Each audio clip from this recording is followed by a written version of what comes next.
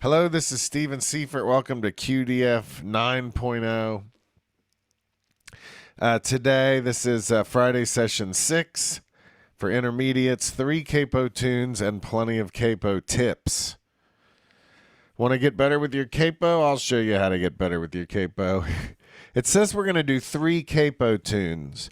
Well, I put more in there because but here's another thing I need to tell you. It says DAD tuning. So I made sure you got at least 3 DAD, but there's 2 in there where we're going to change the middle string to be a G. You just have to tune the middle string down. And I didn't tell you guys that. So that'll be some of the tips, but I just hated to leave these 2 tunes out. They're really good ones, I think. We'll be capoing at 1, 3, and 4 to play in different keys, each with its own feeling and set of unique possibilities. Also, each with a unique set of limitations. Using a capo opens up a new world of music for the dulcimer and makes it easier to play with other musicians. It's true that when you capo, every time you capo, you get new possibilities, and other things that you're used to maybe are not available there. But you know, one of the reasons we really like the dulcimer is it's kind of easy, right? You get it in tune, you run your fingers around it, and if nothing else, it sounds okay. And the fact that notes have been removed means you get a scale. You get you get a scale. Well, when you capo, you get different scales. It's almost like another kind of dulcimer that evokes a different feeling. And I think that's pretty cool. When we play everything in the key of D major, that can be fun at home. I'm guilty of that. But when you get on stage, and I'm guilty of this too, if you do everything in the key of D, I think it kind of wears on everybody a little. It's nice to hear things change keys. And I do think people used capos more, maybe in the 80s and 90s, than they do now. So let's I want you guys to join the cause here. There's all kinds of capos. I'm in DAD right now. There's all kinds of capos. For years, I've recommended Ron Ewing capos. And they've been so good to me all these years that I have to mention them. Currently, I'm not using a Ron Ewing here. This is a Terry McCafferty capo. You can get these at McCaffertyDulcimers.com. And those are my 2 favorite builders. Ron's are a little more simple, but very reliable.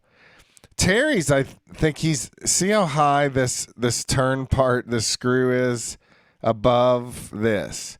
When there's plenty of room to get your index finger there. You know, sometimes some capos it's a little too tight, but I think of this as the lickety split capo. It seems like it goes on and off pretty well. Ron's capos, they're squared on the bottom. This one is round on the bottom. And I could talk to you guys for 15 minutes about all these capo ideas, but I want to hold back. I want this to be a fun workshop. So instead of telling you how to put it on perfectly for each kind of capo, I want you to think of a capo as a finger.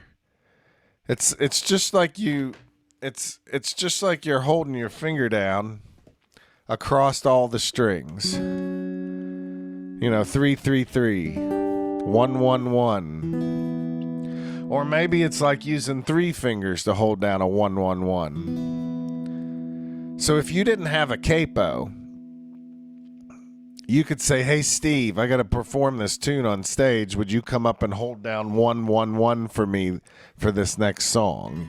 Yeah, I could do that for you. Think about this. The capo has to do the same job as your fingers. So whatever tips work well for your fingers should be considered when you put a capo on. So let's talk about the fingers for a second. If I get this finger too close to the metal, I mean, it can be pretty darn close without it being a problem, but if I get it too close, listen to what happens. Hear that one? It got kind of darker. There's the normal one. There's the darker one. We don't want the capo to be so far to the right that we get these kind of dead notes. They're not ugly at all. But generally when you put the capo on, you want to hear the same kind of tone you'd hear if you were to place fingers down at 1-1-1. So where do you put your fingers? Some people say those fingers should be right next to the fret. I think the realistic thing for us is somewhere in the right third of the fret space. And you can be real close to the fret, but you don't have to be. You don't have to be. But I would say these big spaces, the right third, the right quarter of the space, that's where you want to be. If that's true of your finger, then that's true of the capo also. So I'm not going to put this on yet, but I just want you to see. You know, anywhere from here to here, I probably get it about like that. There is a method where a squared off capo actually hides half of the metal fret itself. So it actually is over top of half of the fret. And that's a good technique.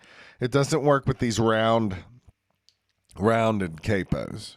So I'm just putting it roughly where my finger might be. What else is a good tip about a finger? If I don't press hard enough with this finger, listen what happens. Hear that? If I press hard enough, I get a good solid note. Listen to a 1-1-1 where I'm not quite pushing everything enough. Hear that? If you don't push enough, eventually you get this. It's just dead. So just like your fingers, if you put that capo on and it's not applying enough downward pressure to each of the three strings, you're going to get buzzes or even a dead sound. What's the other end of this spectrum? And this one's important. If you fret a note and you push really hard, this is going to be subtle, but listen to it.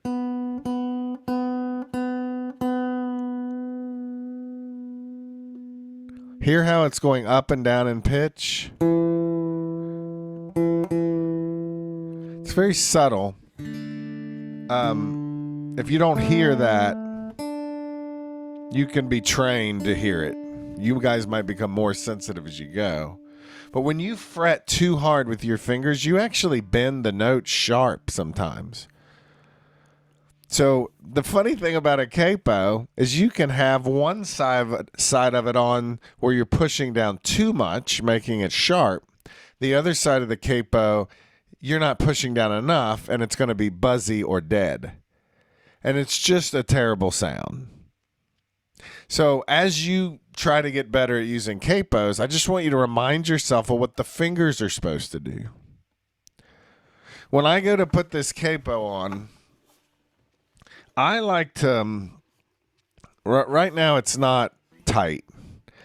And I like to turn this right until it starts to grab. So it's kind of grabbing, but I can still move it if I force it. I turn it until it just starts to grab, and then I loosen it just by like a 1/4 inch turn. I like to keep my capo where it's right on the verge of tightening. And the reason is, the more you have to crank on this thing, it seems like there's more of a chance you're going to get it on wacky. And you're going to hear buzzes and dead spots and things sound out of tune. Also, by getting it where it's almost ready to grab, I think it keeps it at this 90-degree angle. You're less likely to put it on kind of angled on accident like that. This is not fun information, but it'll lead to great happiness for you and your listeners. All right, so it's on the verge of grabbing. Currently, I can move it, but it's still grabbing a little. Now, here's the next thing. Before you tighten it at all, I want you to push down until you get clean notes. Listen to mine. That's not clean notes, so I gotta push harder. Check each string. And sometimes I just push a little more, and I maintain that pushing while I tighten. Now I take my finger off, and I check each string. That one sounds dead. Hear that? That's okay. That's okay. My bass string, I did not push enough down on the bass string. So this is what I do.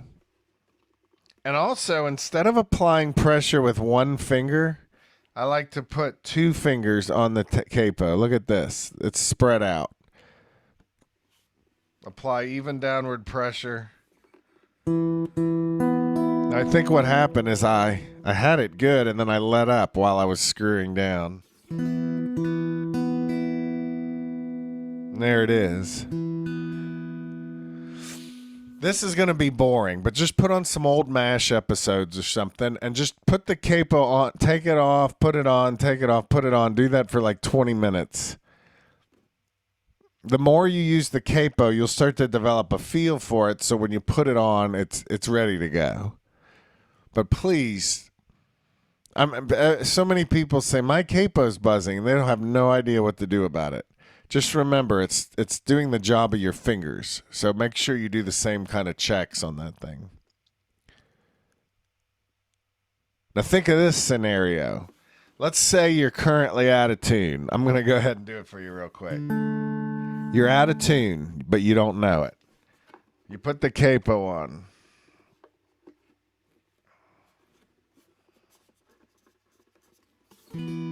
You're out of tune. So you tune up.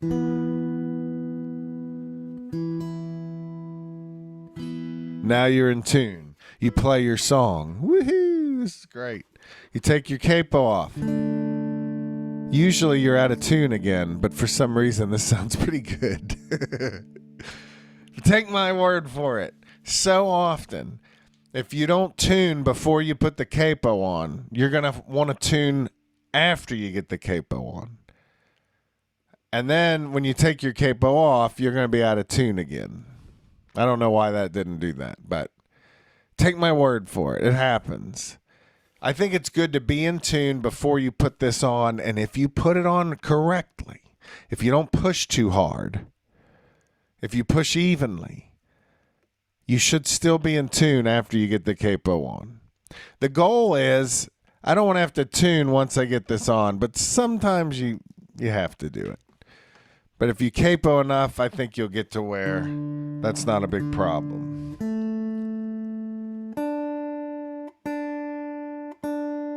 So that's pretty boring, but you guys needed some downtime probably. But before we launch into playing these tunes, do you have any questions about the geeky stuff? Putting the capo on, types of capos, that kind of stuff.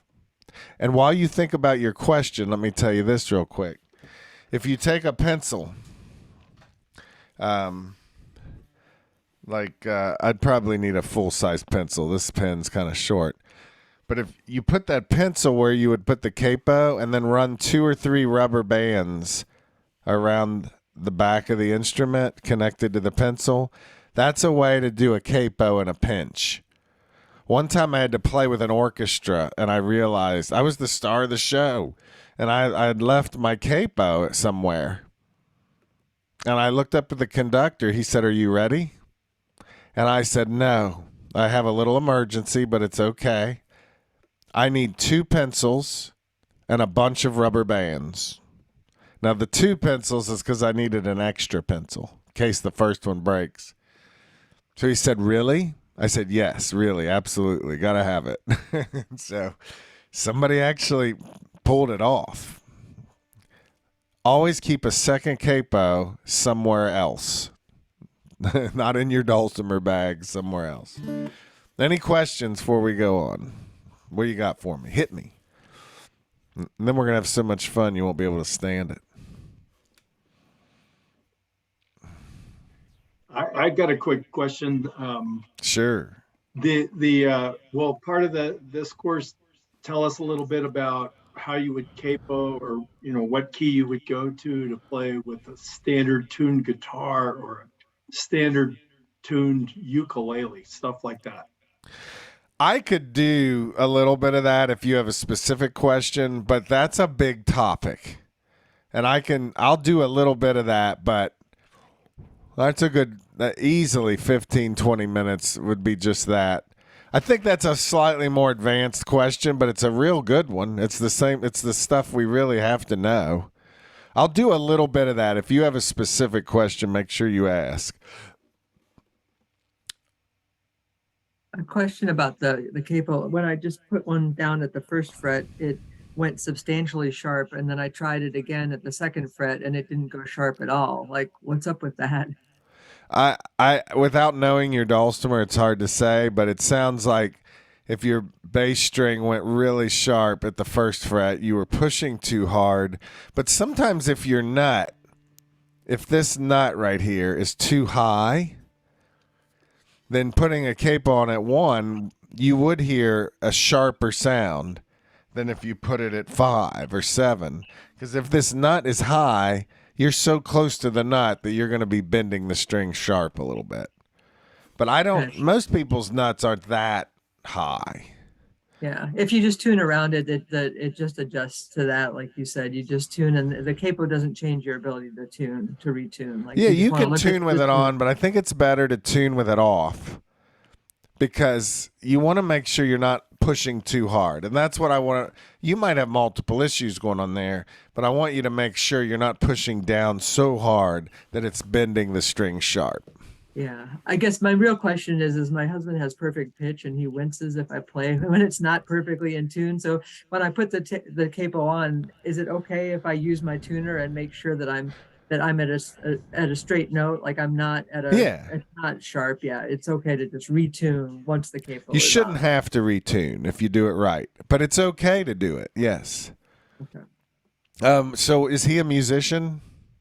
Well, I mean, he grew up playing trombone in band, and he prefers it a little sharp, so it's better to have it go sharp, actually. He when you play with fretless instruments, or you have a choir that has no accompaniment, they have different ways of tuning the notes so that the chords are harmonious. There's Pythagorean, there's just tuning, and equal temperament. So somewhere in there, I think we could prove to him that his perfectionism is a counterfeit perfectionism. But that's another class. I could help you with that. For a small fee. Next quarantine, yeah. Okay. All right, so let's look at this sheet, and this will help with Larry's question a little bit. This is the DAD tuning. And in DAD, what notes do we have on the bass and melody string? D, okay? So Larry, if you're playing with people that are in the key of D major especially, then no capo is a good idea. That's not the only way to play in the key of D, but since this is a capo class, I think that's the best way to say it. Now, if they're in D minor or D harmonic minor or something like that, that's where it gets tricky. But generally, if you're sitting at a campsite with a bunch of folks and they say they're playing in the key of D major, then you're in DAD, no capo. Now look at the chart there. If you capo here at 111, what notes are on the bass and melody? E's. So this is good for E, keys that have E at the beginning of them. But this will work right now for E minor, E Dorian, E Mixolydian, and you can fake E major. But let's just keep things simple. E minorish. If you put a capo at 1, you get an E minor sound. The main thing I want you guys to get out of this, I want you to have kind of a shoot from the hip approach. If somebody tells you you're going into a certain key, just think about where that letter is on the bass and melody string, and that's where you're going to capo. Might not work, but it will often in our circles work. If somebody says they're going to the key of G something or other, where's a G? It's at 3. So you'll capo at 3. Somebody says to you, hey, can you play this hymn in B minor? And you go, well, I'm not sure, but I can capo here at B, and we'll see what happens. And by the way, that's not the only way to play in B minor, but we're looking at the capo method. You can even change your tunings and play in different keys by capoing. But right now we're just talking about DAD. So where would you guys capo if we were going to play in the key of A something or other? Hold your fingers up. That's good. Yes, 4 is A. So it wasn't hard for you guys to memorize this right here.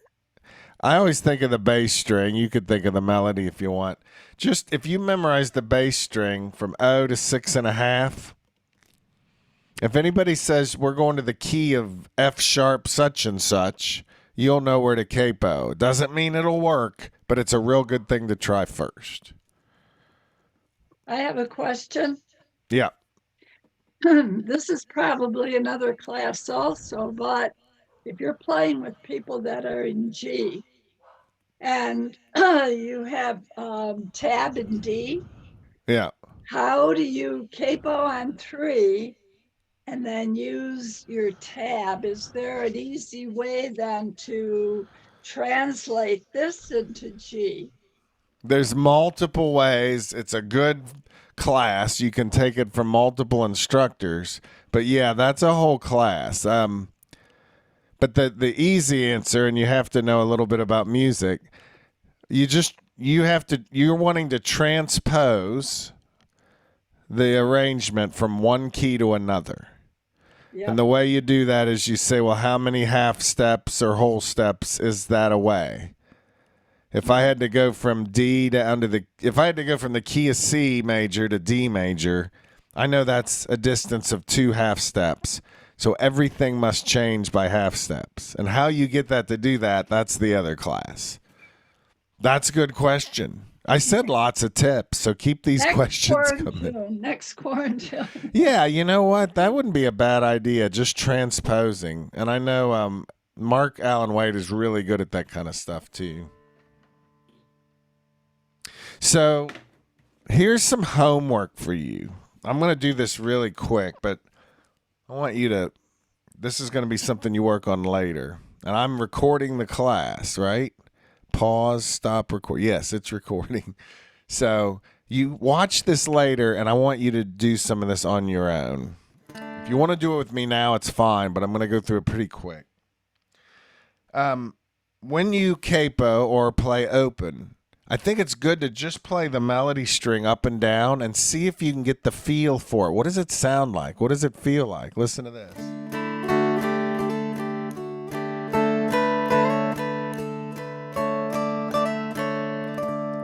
And that time I used the 6.5 as I just play around.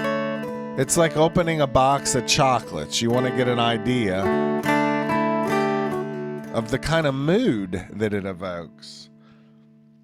But you also want to try it with the 6 instead. So try it once with the 6.5, one with the 6. Here's the 6. Kind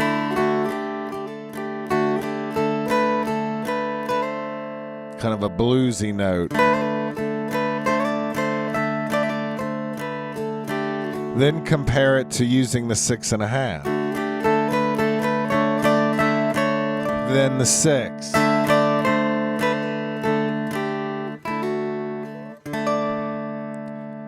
I think it's really important that you don't just read tab. You actually experience what each one of these sounds like. So listen to capoed at 1.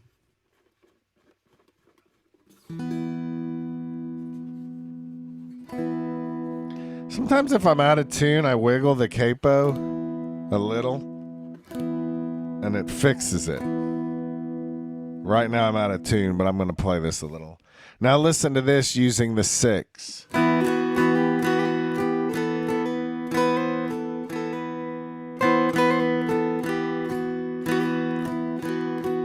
Sounds medieval. Now I'm going to use the 6.5. Playing around. If I capo at 2, let me tune. Yeah, my bass string was going out.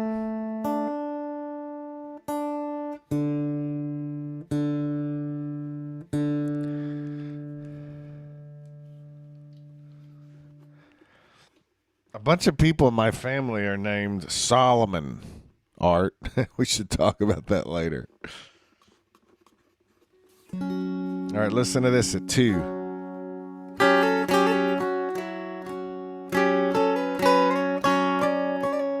That's using the 6.5. Notice how that sounds Arabic or something?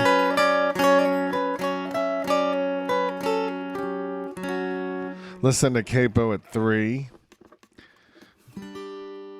This one sounds normal if I use the 6. But listen what happens if I use the 6.5.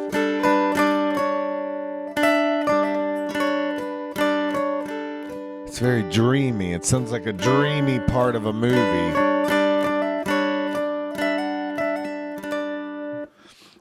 And so on and so on. I want you to capo at each one of these places and start to experientially discover. Experientially? I don't know if that's a word. I want you to discover what each one of those feels and sounds like.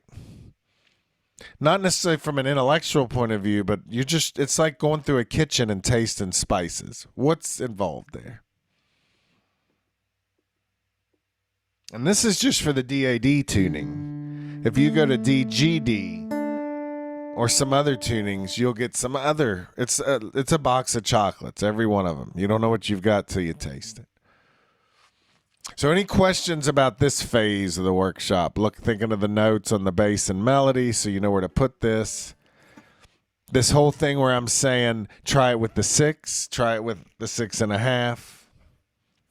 And the same thing's true on the middle. You try it with one and then the other, see what you think. All right. Let's look through these handouts. This first, Go Tell Aunt Rhody. You only need the first 2 lines of Go Tell Aunt Rhody. You only need the first 2 lines. So hard for me not to talk too much. I'm working on it, but they make pills to help with that, but I don't want to, I want to I got to keep it clean up in here.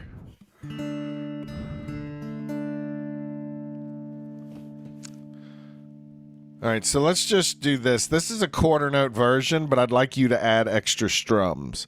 So this is kind of just the skeleton of the melody, but please add more to it. Let's play this. 1, 2, ready, go. 2, 2, 2, 1, oh, oh, oh.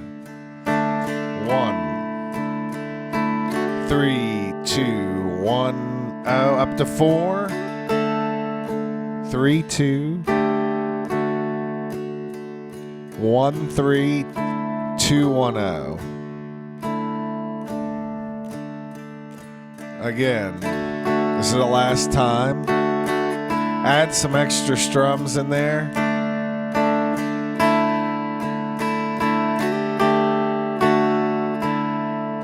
Up to 4.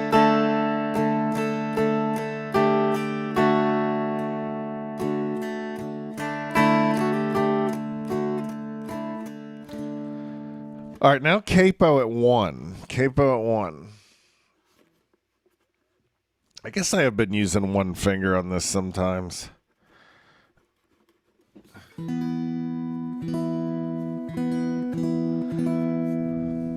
So you're in DAD and you're capoed at 1. Now usually people ask this question. Hey, when we capo somewhere, does it change what the fret numbers are? Usually, no. We're capoed at 1, but a 2 is still a 2.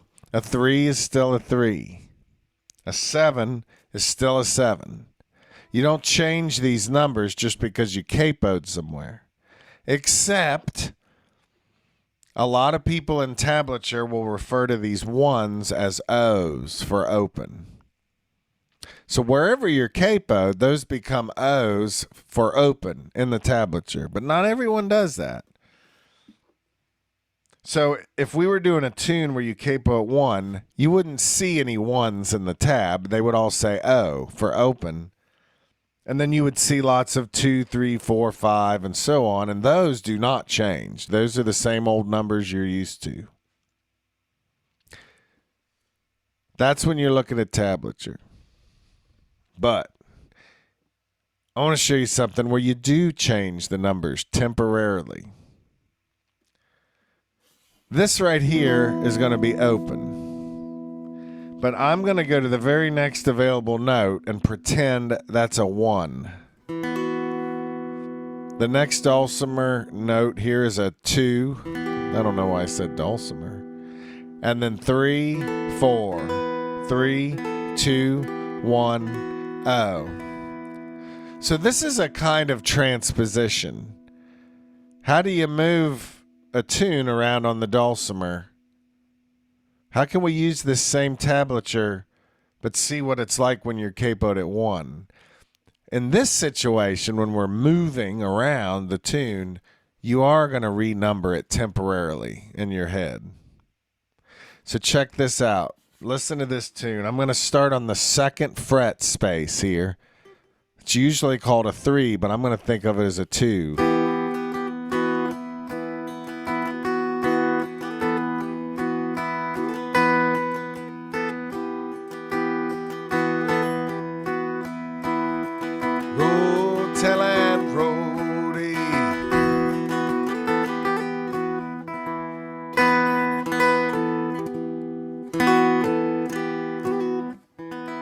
That's a kind of a neat trick to do.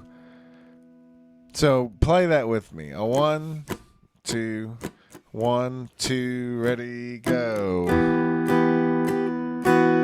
Now go to the 1st space. 3, 2, 1, 0. Go up to the 4th space. 3, 2, 1, 0, 1, 2, 0. Do it again.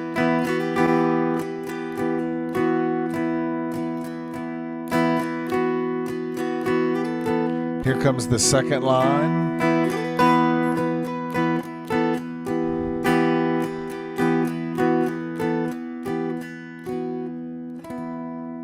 Now that takes getting used to. And I think a lot of people prefer to learn this by ear first.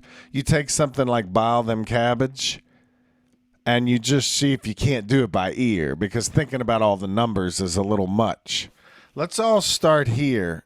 It's what we would usually call the 3rd fret space. And let's just see if we can fake Bile Them Cabbage. 1, 2, ready, go. Now go to the right, back to 3, and then to the left, to the right again, and then do a 3, 2 open. Do it again.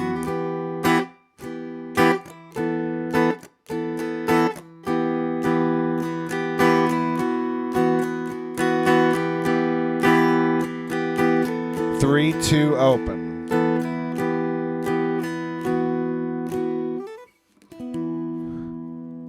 So part of your homework was to move this capo around and just explore and make stuff up. Here's another part of it. Take this Go Tell Aunt Rhody or any simple tune you know, and see if you can't, instead of making up something, you're moving a tune to these different places. This is the only time I renumber the frets temporarily just to help me figure something out. But usually when you're looking at tab, the only thing that's different is where you're fretted, where your capoed becomes open, O's, all the other numbers stay the same. Any questions about that stuff?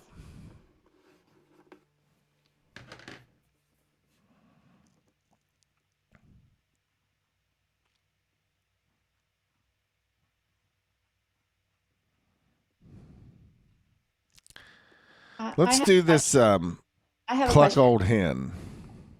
I have a question. Sure. Sorry, I'm confused now about what we just did.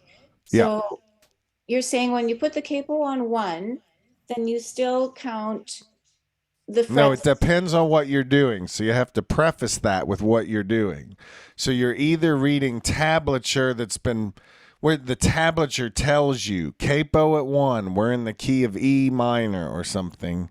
In that case, like if you bought a book from me and it says to capo at 1 for that tablature, the numbers all stay the same. So a 0 and a 1 and a 2 will always be that number. A 1, 2, and a 3 will still be a 1, 2, and a 3. But wherever you are capoed, we now refer to that with an O for open, or it looks like a 0. Okay. But what we just did with Go Tell Aunt Rhody, Right. we're counting the 2 as the 3. Yes. So when you don't have tablature and you're just trying to move something to a different key to see what it's like, that's when it's helpful to pretend the numbers have now shifted. Got it. Okay. Thank you. Yeah, so in that case, wherever your capoed is now O, and the very next thing to the right of it is a 1, wherever you're capoed. That can be a little confusing, which is why I've always tended to not think of the numbers, but do it by ear a little bit, which you end up having to hunt around some. All right, now, before you capo, this one's in D, G, D. So now we're going to get away from all these tips and we're just going to play some tunes here. You need to tune your middle string down to a G. Tune your middle string down to a G before you put the capo on.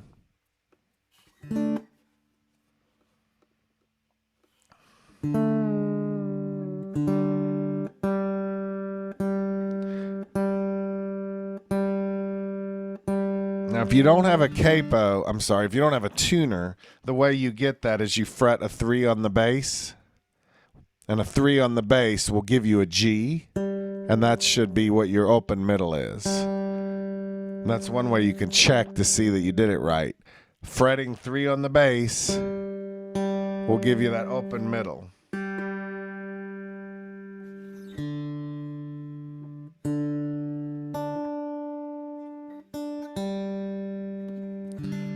Once you're in DGD, capo at 1.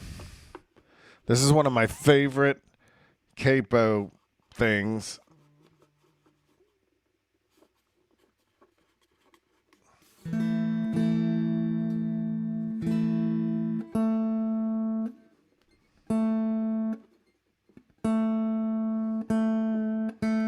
And I'm not putting my capo on very well today, so I'm having to retune a little after the capo's on. But I'm telling you, if it hadn't been a pandemic and if I was on the road a third of every year, I'd get pretty good at putting it on and being in tune. I'm getting rusty. I fell today in the kitchen. How old do you have to be to, like, at what point do you stop telling your kids you fell? That's what I want to know. Can I keep it to myself? Do I have to tell them? No, I was just, it was a normal. It wasn't. Always be careful what you tell your children. That's right, Betty. I think at some point you get old enough to tell your children. Like, you're 95. There you go. Oh, then you tell That's your right. children. Yeah. That's the better way to think about it.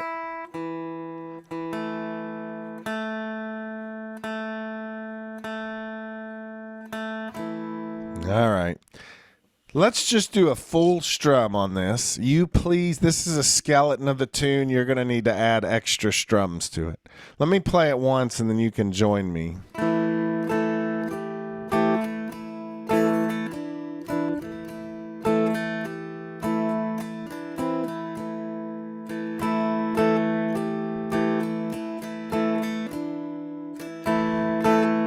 I love how it sounds so ancient. Second line.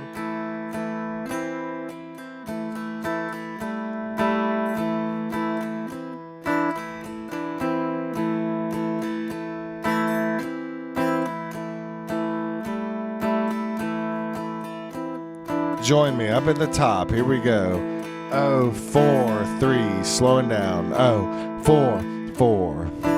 Oh, 4, 3, oh, oh, 4, 3, oh. Do it again. Oh, 4, 3. Oh, 4, 4. Oh, 4, 3, oh, oh, 4, 3, oh. B part.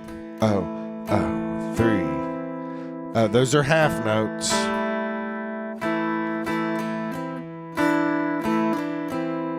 Second line again.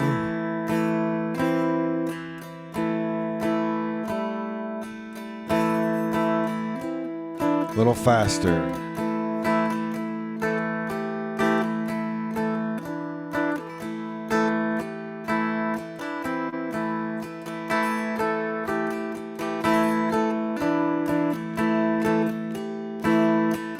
B part.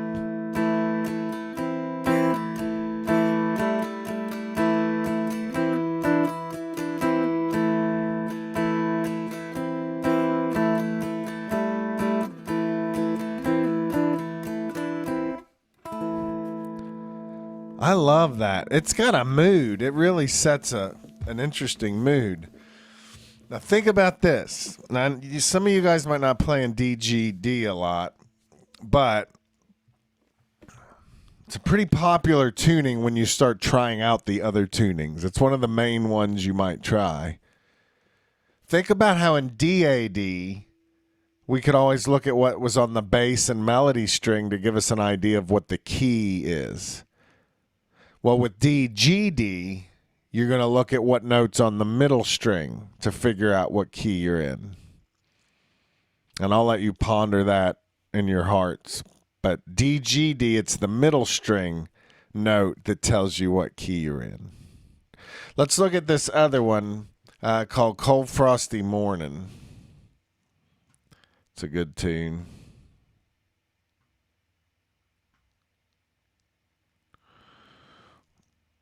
And I can't show all this on the screen, but I don't think there's anything particularly tricky about this one. It's very similar to what we just did, but there is a B part that goes 8 up to 11, and you do an 11, 12, 11, 10, 8.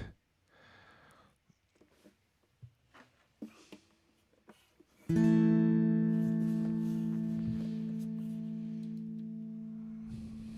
I want to make sure I can see it too.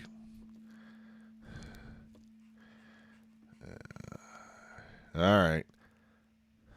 Let's try this one. You can just jump in and sight read it with me, or you can sit and listen.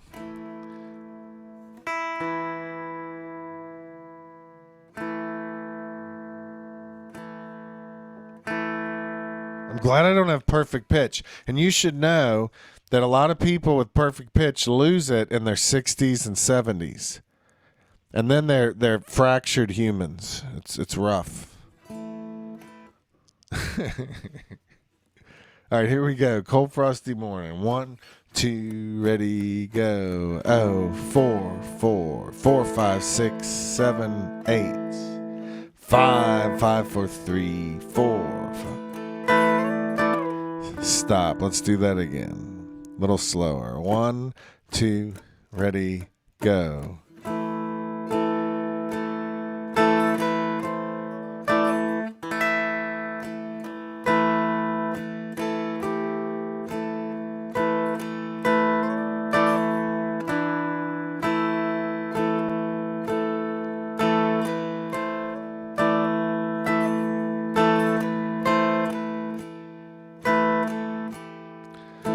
First line again. Ready, go.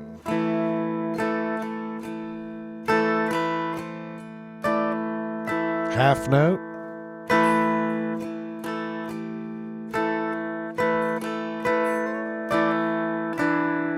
Second line.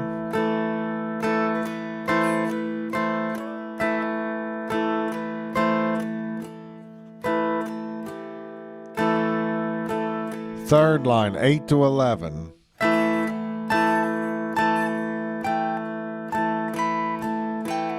Let's do that again. Measures 9 and 10. Beginning of the third line. Ready, go.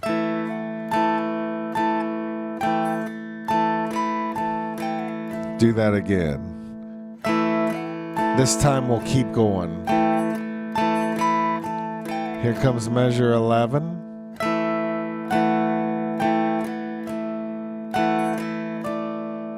Next line.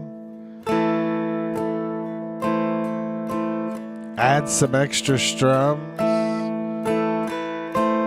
That's like the A part.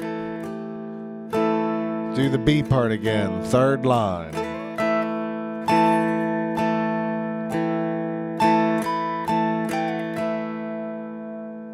Watch those half notes.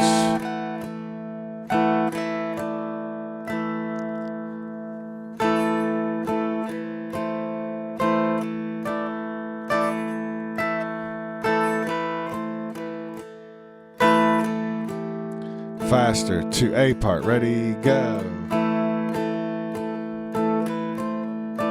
Half note. Second line.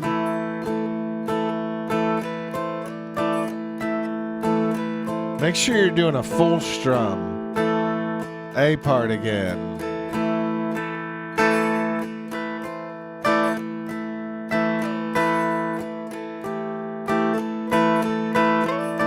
Second line.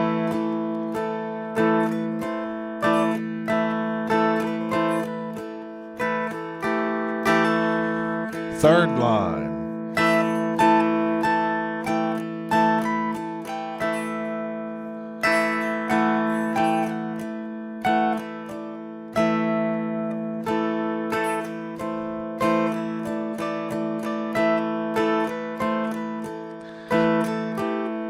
Third line again, 8 to 11.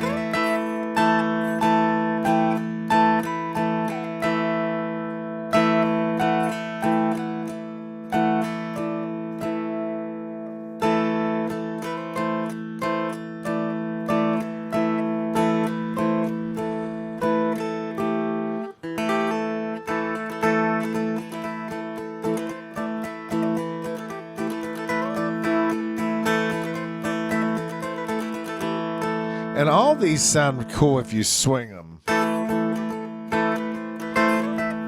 Chugga chugga chug, chugga chugga chug.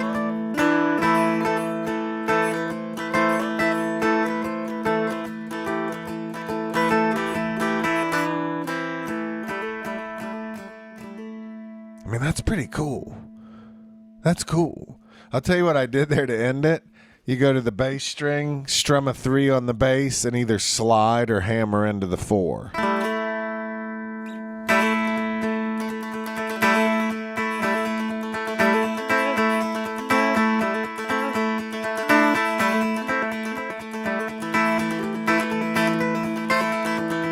It's just, I love this tuning. So any questions about those two tunes, you also can go back to DAD, bring that middle string up to an A again, what you're used to. But any questions about those two tunes?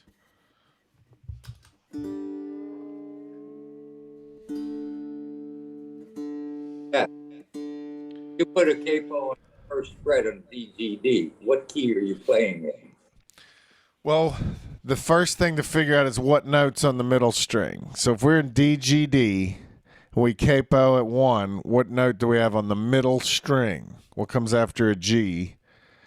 An A. You're in some kind of A key. Now, if you kind of listen to it, it sounds minorish. It's got a minor sound. So it could be Dorian, it could be, but it's an A minorish kind of thing. And I would say David Schnaufer, who was my mentor, a lot of times he did all kinds of stuff in DGD, but mostly it would be to just play in this A minorish thing.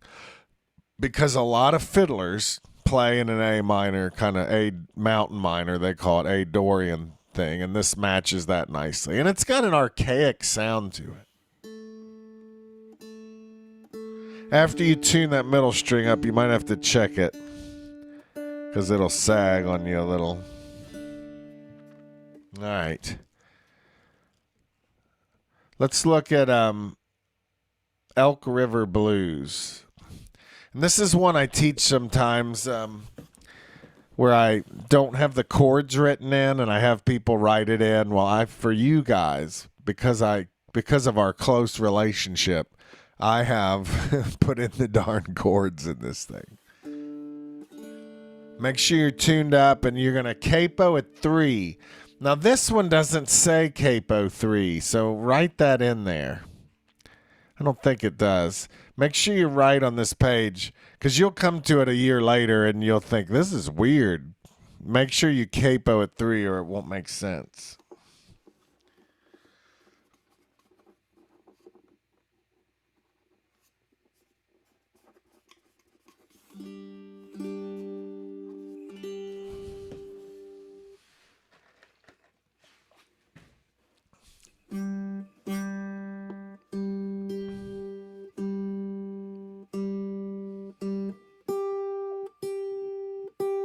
Yeah, my capo, I'm putting it on too hard. I'm pushing too hard. Probably I'm scared a little. All right. So this is Elk River Blues. It's a cool tune. Let me find something real quick. Let's see.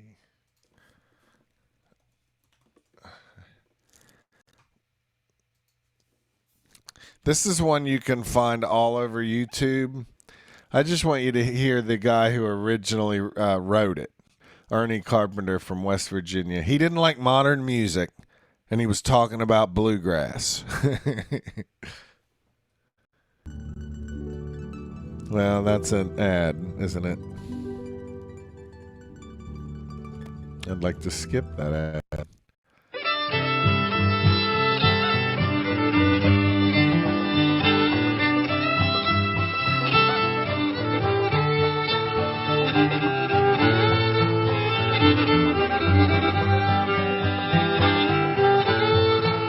Listen, see if you can hum along with it.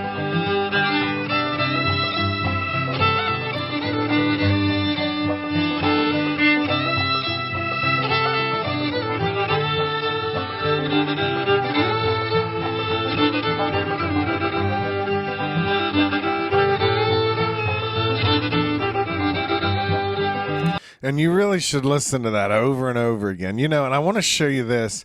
On YouTube, I can click this little gear and go to the playback speed, and I can tell it to be 75% of the speed. So now listen to it. It's slower. So if you're trying to sing this tune, it's a really good idea to slow it down a little bit. I highly recommend you sing tunes poorly before you play them. Like, I don't care how poorly you sound. If nothing else, you're getting the rhythms and the lay of the land. You might not be singing all the notes right, and you might not sound good, but you're getting the rhythms and you're getting the form, and that's very important, I think. So, Elk River Blues has got something weird about it. It's, notice some of the measures say 6/4. Basically, the third measure of each line says 6/4 on it. So check out this first line here. This right here. 1, 2, 3, 4, 5 beats right there. So you go rest 4, 5, 7, 8, 2, 3, 4, 5, 6. So you count to 5 until you play that next note there. So this is bizarre, but I want you to just sing this with me at first. Ooh. Da da da da dum, ba da dum, ba da da la da. Sing that again. 4, 5, 7, 8, 8. 8, 10, 8, 7, 5, 4, 5, 7, 7. 2 more times. Sing it with me. Open your mouth. You don't have to be loud, though. 4, 5, 7, 8, 8, 8, 10, 8, 7, 5 for 5, 7, 7. One more time. Rest. 4, 5, 7, 8, 8. 8, 10, 8, 7, 5 for 5, 7, 7. Second line. 4, 5, 7, 8, 8, 7, 8, 7, 5 for 4, 4. It's weird, but it's very repetitive. So it's not like you got to learn a bunch of weird stuff each time. Let's try playing this together. And I encourage you to listen to this on YouTube. Ernie Carpenter. When in doubt, just keep strumming out. 1, 2, 3, 4, rest. 4, 5, 7, 8. 8, fill it in with strums. 8, 10, 8, 7, 5 for 5, 7, 7. Second line. 4, 5, 7, 8. Half notes. Fill it in. 8, 7, 8, 7, 5, 4, 0, 4, 4. Let's do that much again. 1, 2, 3, 4, 1. Fill it in. 8. 8, 10, 8, 7, 5 for 5, 7, 7. Go to the next line. 4, 5, 7, 8, 8, 7, 8, 7, 5 for 0, 4, 4. And let me give you guys a tip. I used to have people say to me, sing tunes to learn to play them. And I mean, for many, many years, I didn't want to hear that because I'm not a great singer or anything. There's something, it's not magical, but I'm going to call it magical. There's something magical about singing along with a tune when it's happening with you in the room. Your brain starts to grab onto things. Your brain is smarter than you are, so you should let it do its thing. Get out of the way. Quit worrying about you can't sing or whatever. Even if you get the rhythms, ba-dum bum ba-da, ba-da-dum bum ba-da-dum ba-da. Your brain can grab onto that. So you just because you're not singing the right notes doesn't mean you're not getting anything out of it. So, tell you what I'm going to do. The class is over right now. But what I'm going to do is play through these other tunes so they're on the video. And I want you to try out these different capo positions for these tunes. Before I do that, first of all, some of you might need to go, so thank you. You can go when you need to. Does anyone have any questions about what we did so far today? Give me a good one. Erna? Yes. On the first page where you've got the chord handout, there's a whole bunch of circles and lines and stuff. Yeah, ignore those. I just wanted you guys to have that note reference up at the top. Okay. Yeah. Because that looks very confusing. I know. I should come up with one that just has the notes. Okay, thank you. Another question before I play through these three tunes? Are these Capo 3 Down Yonder and Cumberland Gap? Which Capo position? Yeah, well, let's look real quick. Down Yonder is G, and you're going to capo at 3. Yep, you're right. It doesn't say it. You're going to capo at 3. D-A-D, capo 3. And then the final tune, Cumberland Gap, capo 4. And it does say that. Capo 4. The name of the capo maker that you like so much is Ron Capo. I like Ron Ewing, and I like to give him credit because I used him for so many years. The one I've been using lately is made by Terry McCafferty, McCafferty. If you Google McCaffertydulcimers.com, you'll see where you can get capos there. Thank you. Sure. Patrice, okay, your hand. I see it now. Another question.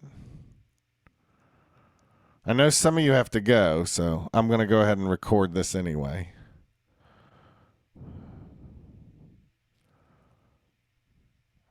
All right. I'm going to play these. You're welcome to hang out, but if you have to go, thanks.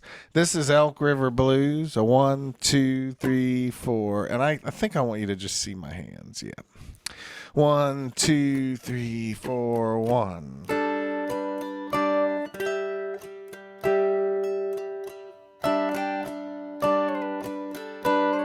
I usually play it a little faster than this.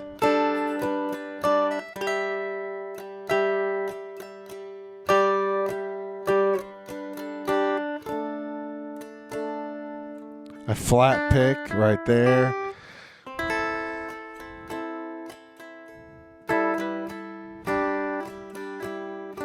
Full strum the whole page except that right there.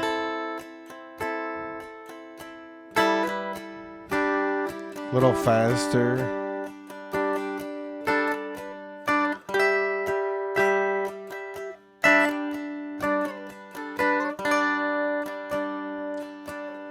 Sometimes I swing it a little bit.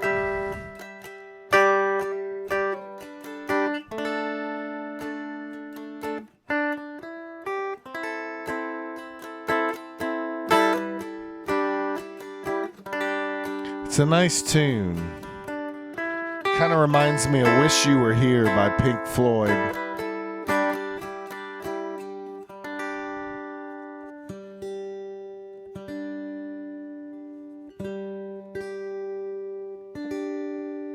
All right, so now I'm going to look down here at Down Yonder.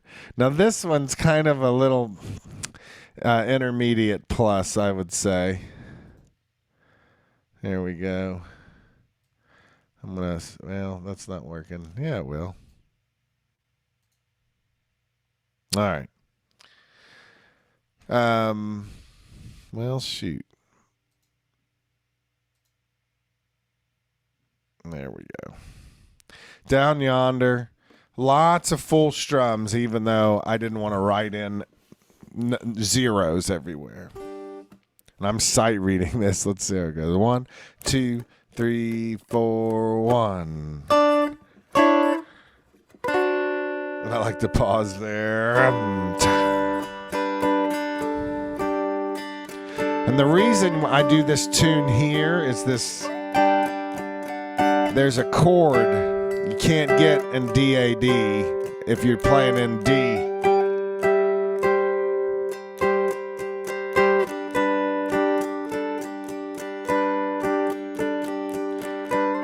You've probably heard this tune.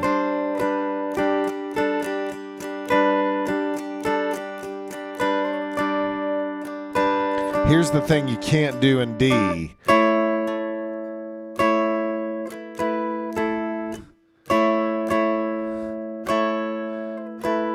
Partial strum, and then the partial on the bass. Normally this is pretty fast, but it's not bad slow. Put in extra strums.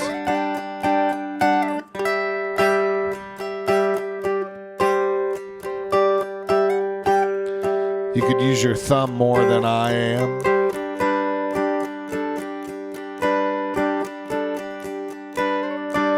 If I play it faster, I'm going to probably do it different.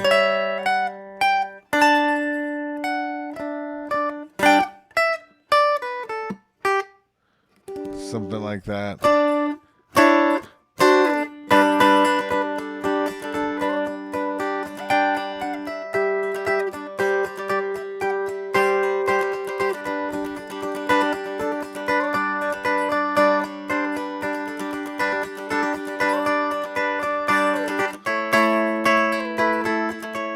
I might be playing that a little different.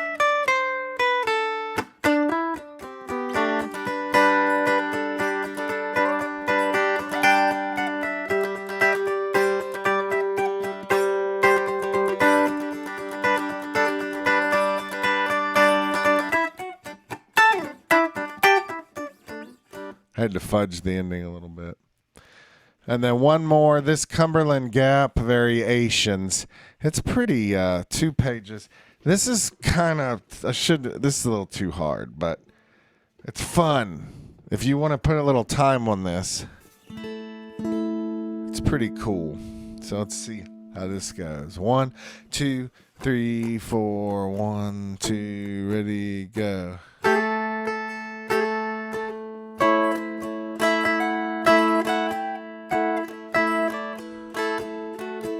Let me tune it. I'm going to get, when I'm done, I'll be in here by myself. Here we go. 1, 2, ready, go. It's kind of bluegrassy.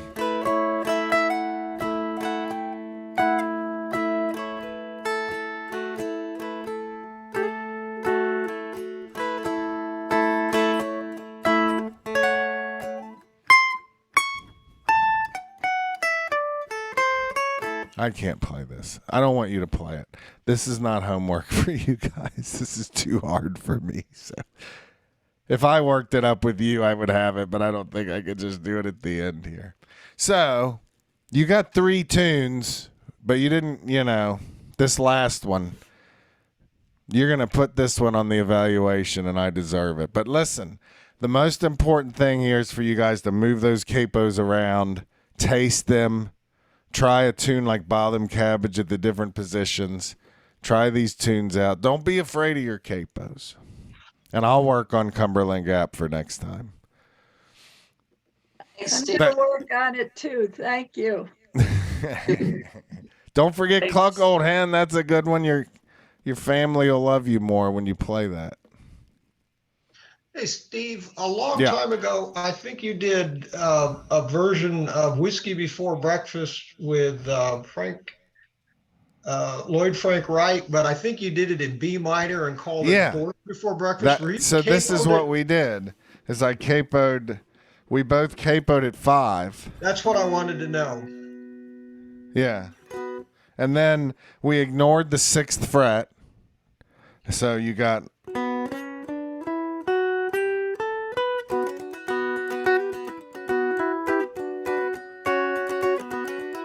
Yeah. That was cool. And you know what we did on that one? I forget exactly. But whatever we recorded, we sped it up with the tape machine. And it's like the Chipmunks effect or something, but I forget how we did that. It's good to see you again. All right, guys. Thank you very much. I'll see you around. Have a good one. Lots of fun. Thanks. Thank you. Where's Betty Anderson? Bye-bye, Betty Anderson.